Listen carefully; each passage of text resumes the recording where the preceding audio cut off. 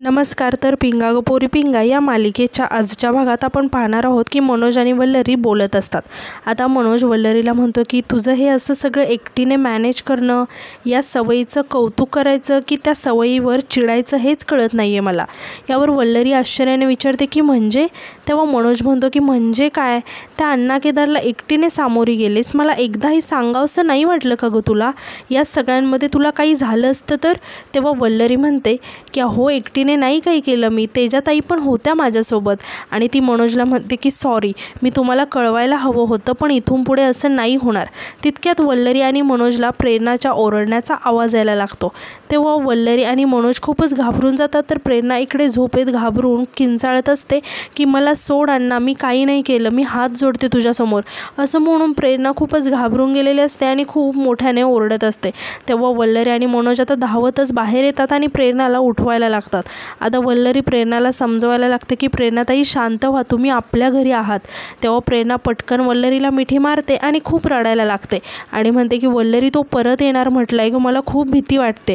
तेव्हा वल्लरी प्रेरणाला समजावत म्हणते की प्रेरणाताई शांत व्हा, तो नालायक माणूस काही इकडे येऊ शकत नाही आणि काही करणार नाही, तो त्याची हिंमतच नाही होणार तुमच्यापर्यंत पोहोचायची, तुम्ही नका काळजी करू.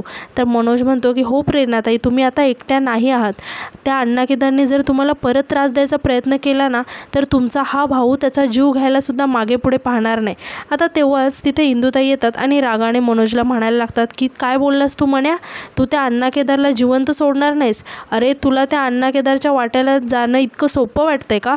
तेव्हा मनोज त्याच्या आईला म्हणतो की तू जाग, तू शांत झोप, इथे तू नको पडूस याच्यामध्ये.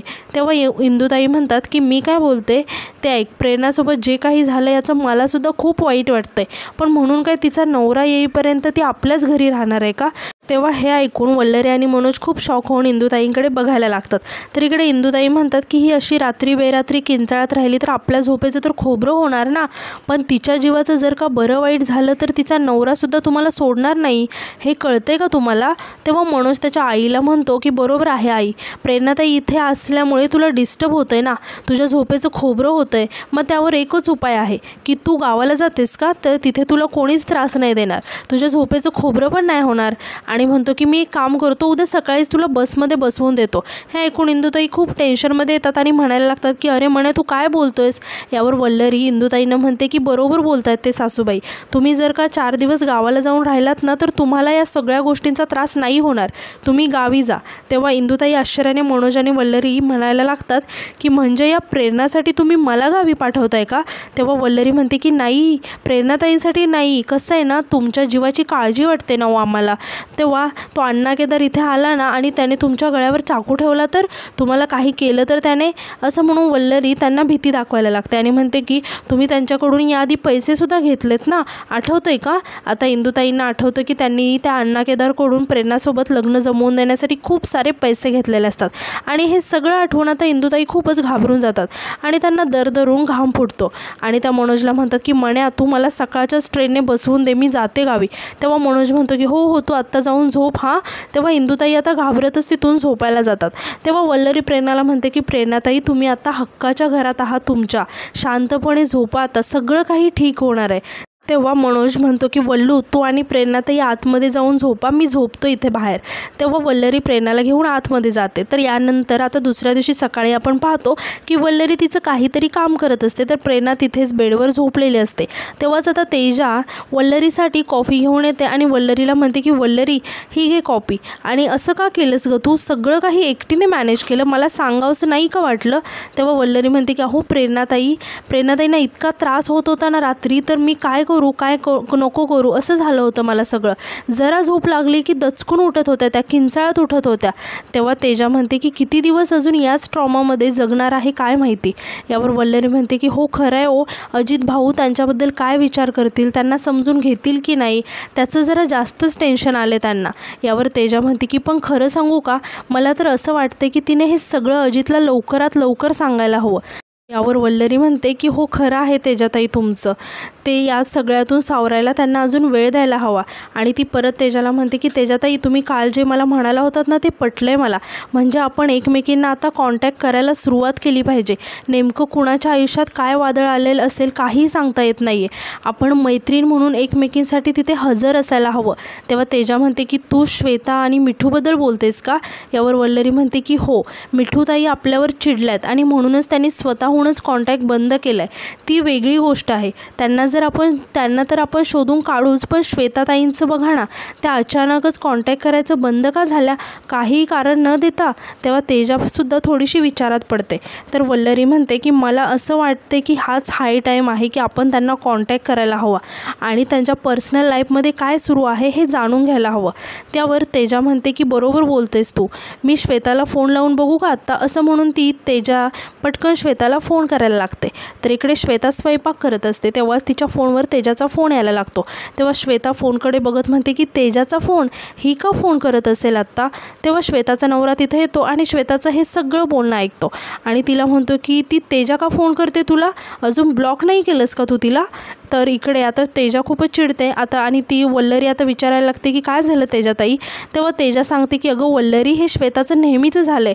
असं कधीच झालं नाही की मी तिला फोन केला आणि तिने उचलला आहे किंवा कधी कॉल बॅक केला आहे. तेव्हा वल्लरी टेन्शनमध्ये म्हणते की त्या कुठल्या प्रॉब्लेममध्ये तर नसतील ना? तेव्हा तेजा म्हणते की नाही, मी एक काम करते, तिचा नवरा आहे ना कैलास, त्याला फोन करते. त्याचा नंबर आहे माझ्याकडे. इतके दिवस काय वाटेल कसं वाटेल म्हणून मी केला नव्हता फोन, पण मी आत्ता त्याला फोन करून बघते. असं म्हणून ती श्वेताच्या नवऱ्याला फोन करते. तेव्हा श्वेताचा नवरा आता फोन उचलतो. तिकडे तेजा कैलासला म्हणते की हॅलो, श्वेताची मैत्रीण तेजा बोलते मी. तर इकडे आता श्वेताच्या नवऱ्याला खूपच राग आलेला असतो आणि तो खूप रागात श्वेताकडे बघत असतो. तर श्वेता मात्र घाबरून खाली मान घालून उभी असते. तर इकडे तेजा आता कैलासला विचारते की आम्ही बराच वेळ झालं श्वेताचा फोन ट्राय करतोय, पण ती फोन का नाही उचलत? म्हणून म्हटलं की तुम्हाला फोन करून विचारावं, आहे का ती आजूबाजूला? असेल तर द्या ना तिला फोन. असं म्हणून ती फोन स्पीकरवर टाकते. तर इकडे श्वेताचा नवरा आता लगेच नाटक करायला लागतो आणि मुद्दाम होऊन श्वेता तिथे आजूबाजूला नाही आहे असं जाणवत मोठ्याने श्वेताला आवाज देत म्हणतो की अगं श्वेता, तेजाताईंचा फोन आहे, त्या केव्हाच्या तुला फोन करतायत? आणि म्हणायला लागतो की अच्छा, कामात होतीस का? बरं बरं, घे फोन आणि बोल. तेव्हा श्वेता खूप शॉक होऊन कैलासकडे बघायला लागते. आता कैलास श्वेताकडे फोन द्यायला लागतो. तेव्हा श्वेता आता फोन घेणारच तेव्हा कैलास श्वेताच्या हातातून फोन हिसकावतो आणि फोन स्पीकरवर टाकतो. आता श्वेता घाबरतच तेजाशी बोलायला लागते आणि म्हणते की तेजा, काय गं, काय झालं, बोल ना. तेव्हा श्वेताचा आवाज ऐकून तेजा आणि वल्लरी खूप खुश होतात. तर तेजा म्हणते की अगं श्वेता, कधीची फोन करते, कधीतरी फोन उचलत जा. आणि फोन उचलत नाहीस ते नाही, पण कॉल बॅक तरी करत जा बघितल्यावर. तेव्हा श्वेता अडखळत म्हणते की ते मी कामात होते ना म्हणून लक्ष नव्हतं माझं. तेव्हा तेजा म्हणते की बरं ऐक, येऊन जरा त्या प्रेरणाला भेटून जा, कारण तिच्या आयुष्यामध्ये जरा खूप मोठा प्रॉब्लेम चालू आहे गं. तेव्हा श्वेता घाबरून विचारायला लागते की काय झालं प्रेरणाला? यावर तेजा सांगते की तो अण्णा केदार आठवतोय का? तो तिच्या आयुष्यात परत आलाय. त्याने आता तिला तिच्याच घरात डांबून ठेवलं होतं अगं, किडनॅप केलं होतं तिला आणि टॉर्चर करत होता खूप दिवस. हे ऐकून श्वेता खूप शॉक होते आणि म्हणते की काय? यावर तेजा सांगते की आमचं कॉन्टॅक्ट होत नव्हतं म्हणून आम्ही तिला भेटायला गेलो तेव्हा हे सगळं प्रकरण उघडकीस आलं. त्यामुळे प्लीज तिला येऊन भेट एकदा प्लीज. तेव्हा श्वेता हे ऐकून म्हणायला लागते की तेजा सॉरी अगं, मला त्याची काहीच कल्पना नव्हती की प्रेरणाच्या आयुष्यात असं काही चालू असेल. तेव्हा तेजा म्हणते की बरं आत्ता कळाले ना, तर लवकरात लवकर येऊन भेट तिला.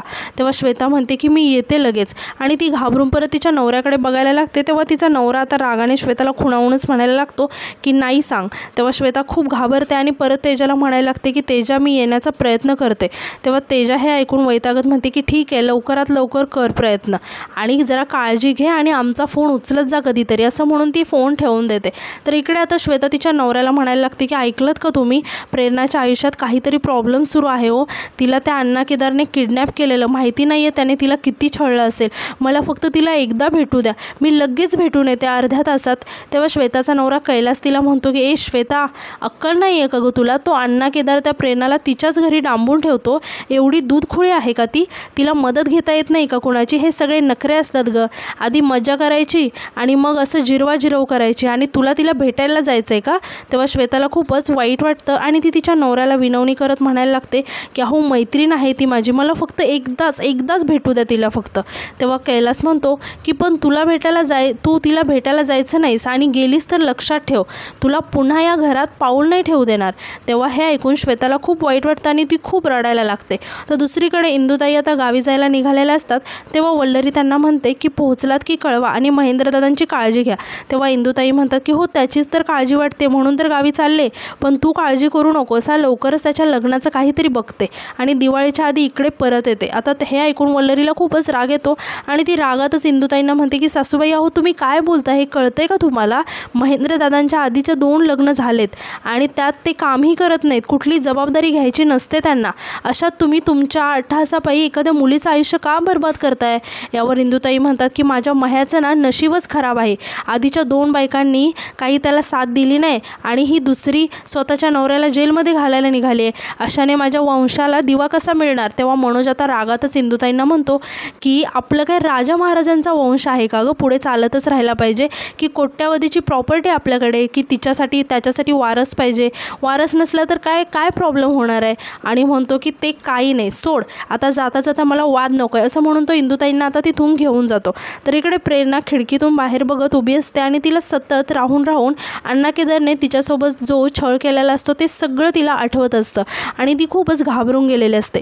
तेव्हाच आता तिथे तेजा येते आणि प्रेरणाला असं टेन्शनमध्ये बघून तिचं मन डायव्हर्ट करण्यासाठी तिला म्हणायला लागते की प्रेरणा तुला आठवते का गं ते मला तू महाराष्ट्रीयन पारंपरिक लग्नाविषयीबद्दलचं सांगितलं होतं, ते सगळं मी माझ्या डॉक्युमेंट्समध्ये ॲड केलं आणि क्लायंटलासुद्धा ते खूप आवडलं, थँक्यू सो मच. तितक्यात आता प्रेरणाचा फोन वाजायला लागतो. तेव्हा तेजा जाऊन फोन बघते आणि प्रेरणाला म्हणते की हे बघ प्रेरणा अजितचा फोन आहे, बोल. तेव्हा प्रेरणा खूप रडायला लागते आणि म्हणते की नाही गं तेजा मी नाही बोलणार, मला नाही बोलायचं अजितसोबत, मला रडणं नाही आवरणार असं म्हणून ती रडतच आतमध्ये निघून जाते. तर इकडे तेजा प्रेरणाला थांबवण्याचा खूप प्रयत्न करते की अगं प्रेरणा अजित काळजी करत असेल, मात्र प्रेरणा तेजाचं काही ऐकत नाही. तेव्हा तेजा आता अजितचा फोन उचलते. तेव्हा अजितला असं वाटतं की फोनवरती प्रेरणा आहे असं समजून तो म्हणायला लागतो की अगं प्रेरणा फोन का उचलत नाही आहेस माझा, किती कॉल केले मी तुला.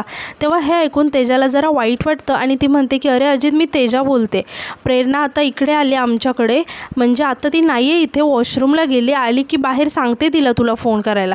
यावर अजित म्हणतो की बरं ठीक आहे.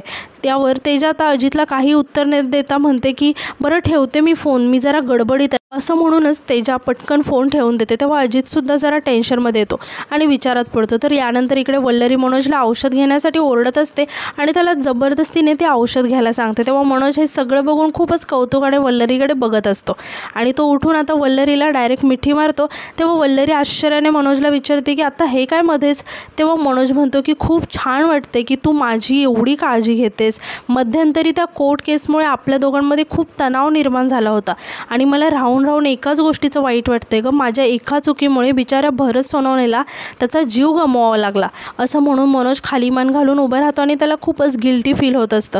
तेव्हा वल्लरी मनोजची समजूत काढत त्याला म्हणते की मी याआधीही सांगितलं तुम्हाला की आता या गोष्टीचा विचार करून काहीच उपयोग नाही आहे, त्यामुळे नका विचार करू, तुम्हाला जास्त त्रास होईल. आणि ती मनोजला म्हणते की एक गोष्ट कायम लक्षात ठेवा, इथून पुढे असं कुठलंही काम करताना 10 वेळा विचार करा, आपल्यामुळे एखाद्याचं नुकसान होऊ शकतं, कळत नकळत आपल्यामुळे एखाद्या माणसाचा जीव जाऊ शकतो, हे आज आपल्याला कळलं आहे. तेव्हा मनोज वल्लरीला म्हणतो की म्हणूनच मी ठरवलं आहे की तू वागतेस तसंच वागायचं, घाईघाई तसा कुठलाच निर्णय नाही घ्यायचा की ज्यामुळे पुढे जाऊन काहीतरी वाईट घडेल, शक्य होईल तितक्या लोकांच्या उपयोगी पडायचं आणि आपल्या ज्ञानाचा इतरांसाठी कसा उपयोग होईल यासाठी प्रयत्न करायचा. हे ऐकून वल्लरी म्हणते की मला या गोष्टीचा जास्त आनंद आहे की तुम्हाला तुमच्या चुकीची जाणीव झाली आहे आणि आता झालं गेलं सगळं विसरून जा, आपण ठरवलं आहे ना की इथून पुढे नव्याने सुरुवात करायची असं म्हणून ते दोघेही आता खूपच खुश असतात. तेव्हा वल्लरी मनोजला म्हणते की बरं तुम्हाला सांगायचं विसरलेच मी की आपल्याकडे इंद्रायणी येते. हे ऐकून मनोज खूप खुश होतो आणि म्हणतो की इंद्रायणी, अरे वा, आणि परत विचारतो की पण का गं, सहजच का? तेव्हा वल्लरी म्हणते की नाही, तिचं जरा महत्त्वाचं काम आहे, ती गावातल्या मुलांसाठी शाळा सुरू करते ना, तर त्यासाठी तिला ट्रस्ट उभी करायची, त्याचे नियम कायदे सगळं जाणून घ्यायचं आहे तिला. सो ते डिस्कस करायचं आहे आणि तिला शाळेसाठी इमारतसुद्धा उभी करायची आहे ना, तर बिल्डरची ओळख करून देईल आपल्या ओळखीतल्या एखाद्या. आणि म्हणते की खरं तर मला त्या मुलीचं खूप कौतुक वाटतो आणि अभिमानसुद्धा वाटतो तिचा. वाटेत कितीही संकट आली ना तरीसुद्धा अजिबात डगमगत नाही ती मुलगी. तेव्हा मनोज म्हणतो की मला खात्री आहे ही इंदू आहे ना, लहान मुलांसाठी खूप मोठा आदर्श ठरेल, लहान मुलांच्या आयुष्यातील खूप सुंदर ठरवेल. खरंच त्या मुलीकडे ना काहीतरी दैवी देणगी आहे गं. म्हणजे तिचं कीर्तन सुरू झालं की वातावरण कसं छान पॉझिटिव्ह होतं ना. आणि म्हणतो की इथे आल्यावर आपल्या घरातच तिचं कीर्तन ठेवूया का, म्हणजे आपल्या घरात पण छान पॉझिटिव्ह वातावरण होईल. हे ऐकून वल्लरीसुद्धा म्हणते की अरे वा, ही तर खूप छान कल्पना आहे, मी नक्की बोलते इंदूशी. हे ऐकून मनोजसुद्धा खूप खुश होतो आणि आजचा एपिसोड इथेच संपतो. तर उद्याच्या एपिसोडमध्ये आपण असं पाहणार आहोत की श्वेताचा नवरा तिला रागातच म्हणत असतो की तू त्या प्रेरणाला भेटायला जाणार आहेस का? याआधी तिची 2-3 लग्न मोडलेत माहिती आहे मला. तुझी ती तेजा, तिने मैत्रिणीचा होणारा नवरा बळकावला आहे. त्या मिठ्ठूने कोणाचा तरी हात धरून निघून जाताच त्या तेजाने बरोबर डाव साधला आणि ती दुसरी वल्लरी स्वतःच्याच नवऱ्याला जेलमध्ये टाकायला निघाली. आता हे सगळं ऐकून श्वेताला खूपच राग येतो आणि ती जोरात तिच्या नवऱ्यावरती ओरडत म्हणते की बस.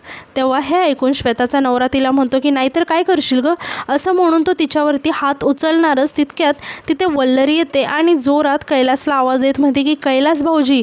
तेव्हा श्वेता आणि कैलास दोघेही वल्लरीकडे बघायला लागतात. तर वल्लरी खूपच रागाने कैलासकडे बघत असते आणि आजचा एपिसोड इथेच संपतो. तर आजचा एपिसोड तुम्हाला कसा वाटला हे कमेंटमध्ये नक्की सांगा आणि उद्याच्या नवीन एपिसोडसाठी आपल्या चॅनलला सबस्क्राईब करायला विसरू नका. धन्यवाद.